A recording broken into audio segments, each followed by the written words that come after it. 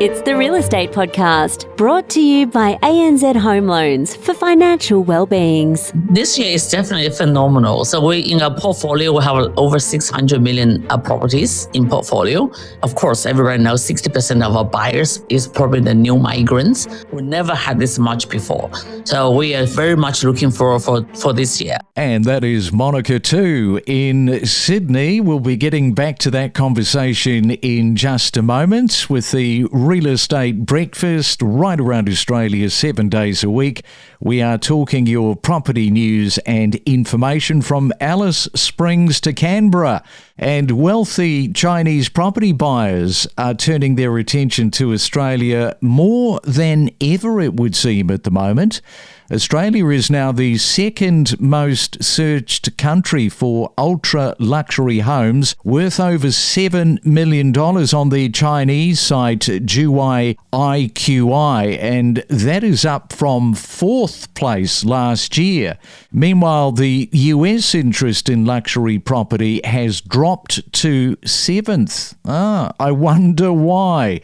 One of the reasons is a weaker Australian dollar, which makes sense. More bang for your dollar if you're Chinese coming into Australia. So deep-pocketed Chinese investors are using those sorts of metrics. As we catch up with somebody who works and operates in the luxury market for Chinese investors. You know her as Monika Tu. We have featured Monika before. She is based in Sydney. And a very good morning to you, Monika. Welcome back to the Real Estate Breakfast. Good morning. So good to talk to you again. It's been a while. It has. I think the last time we spoke to you, you were launching your book, so you would have sold a few of those copies, eh? Oh my God. Yeah, but it's still, real estate is a better business. Yeah, the book keeps selling on Amazon if anybody interested. But you know what? We never forget what is our bread and butter. So we still think the real estate, particularly in our luxury market, the best. Yes, stick to the bread and butter because you know it pretty well. Now, foreign investment in Australian property is down with a 15% drop in approvals last year. New taxes and a ban on buying established homes have made investing harder, so many international buyers now focus on gaining permanent residency. Just back to these investors from China.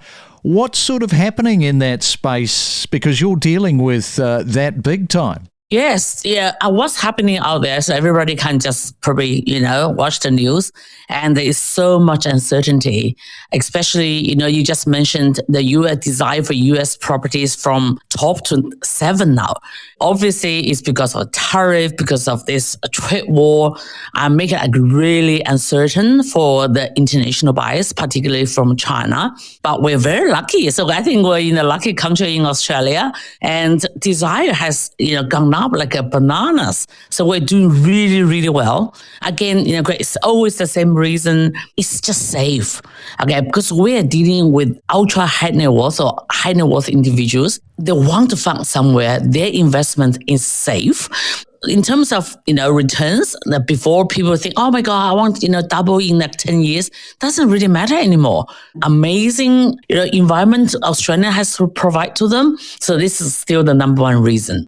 Now, the government's April 1st ban on foreign buying existing homes has impacted temporary residents.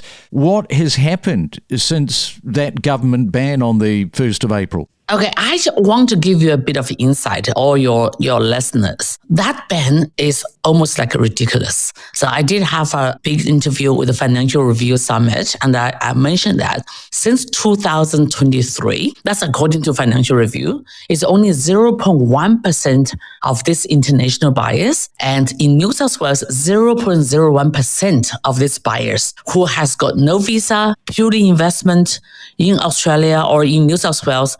It doesn't really affect anything. So that rule is kind of ridiculous. Okay, for people who want to sell in the luxury market to Chinese, it doesn't affect at all.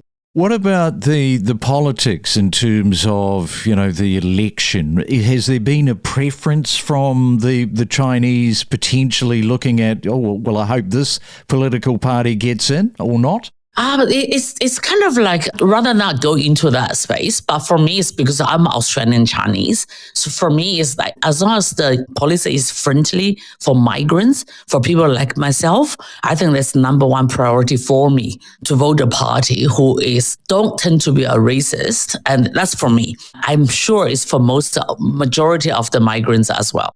What about the dollar? The RMB, of course, it's improved because the Australian dollar has gone backwards. How big a factor is that with decision-making from the Chinese right at the moment? And then I guess you fuse into that the trade tariff and what Trump is trying to do. I've mentioned it before. He's trying to blow up the world economy. Okay. Now, I did a little bit of study since I know I'm going to talk to you today. So that's a number two reason. Okay. Number one reason is always the same, right? So, because it's safe to be here. Number two reason is because of the dollar. The exchange rate is definitely in our benefit. We talked to so many buyers and now is the time. So they've been waiting and waiting. Number one is for the stamp duty to reduce. And number two is the exchange rate. So exchange rate is definitely to our benefit. We're very happy about it.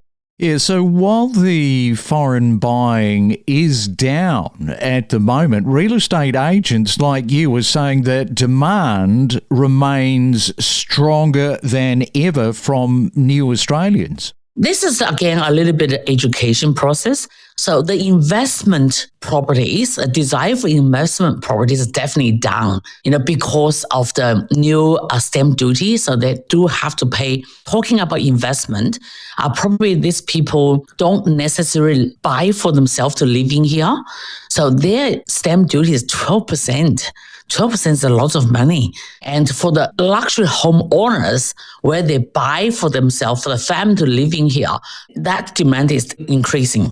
All right, so the luxury market 2025, let's have a look at this, Monika. What's been happening on your radar? Where's some of the good fortune in Sydney right now where people have been buying those luxury properties? Oh, this year is definitely phenomenal. So in our portfolio, we have over 600 million properties in portfolio. Of course, everybody knows 60% of our buyers is probably the new migrants. So new migrants, not the investor. So people got the visa, they want to stay here, they want to live here, they want to bring up their children here. So this is the people. So 600 million is like an amazing portfolio. We never had this much before. So we are very much looking for this year. Yeah, so whereabouts are the areas? Where are the hot areas at the moment? So the hottest area for us, according to demand, is still the eastern suburbs of Sydney. We're talking about Rose Bay, Vaucluse, and Double Bay, and Port Piper, still on top of our list. Then is the lower North Shore. We just did a very big deal at $25 million in Corobba Point. If you ever heard about the area, it's just near the Neutral Bay. Large real estate in lower North Shore with tennis court is on top of our list. Then is Upper North Shore. So Upper North Shore, people want something like large land. Again, the funny thing is like they love heritage homes. I said, okay. See, the taste has changed so much. Large heritage home, preferably with a tennis court, is on top of our list. So eastern suburb, lower North Shore, and the Upper North Shore. I remember the last time that we spoke, you were dealing with a father with 3 children, and your brief was he wanted to buy properties for his 3 children. Back then, I think the budget was around $10 million each. Yes. Okay. Oh my God, you remember that? It was a long time ago. Yeah, he's looking for a very big home for himself. And if I talk about big, it's the bigger internal size. Doesn't want to be big yacht because he's getting a bit older. But he got a budget for each of the child, $10 million. So you were able to fill that request, obviously. Already done. Yeah, already done. That paid my bill. So it's nice to know that there's still plenty of demand from the Chinese that are viewing that luxury property. Of course, one of the other things that we haven't touched on is schooling, and that is one of the absolute key factors when people are looking to buy. Always nice to chat with you, Monika. What are you doing as far as television is concerned these days? Television is probably become a secondary important thing. And because we do have a large portfolio, so we've got a lot of people to look after. Yeah, hopefully in 2026, I would say, we'll see how it goes. But it definitely is not our priority at the moment. Fame has already done me enough. I just have to follow up all the sales, get the deal done. That's right. Keep the bread and butter coming in. All right. Great to catch up with you. Enjoy the rest of 2025. And thanks for coming on to the Real Estate Breakfast. Thank you so much for having me. Every morning from 6 a.m. across Australia, we deliver you the latest property news, commentary and predictions from Perth to Cairns and from Melbourne to Brisbane, 7 days a week. Many bidders are first-timers and may not fully understand this whole auction process.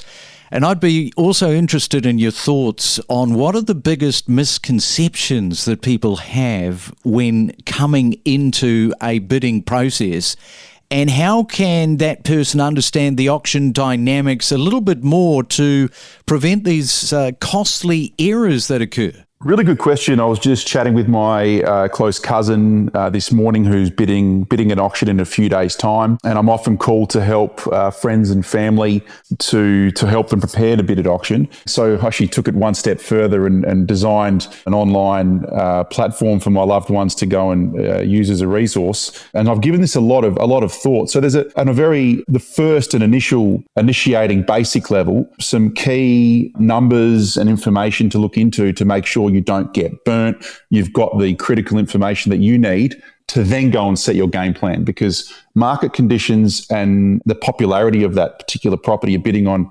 influence your plan. And to not get burnt, some very basic questions to ask the agent would be, how many bidders are you expecting to attend? Don't hold back with asking them numerical questions.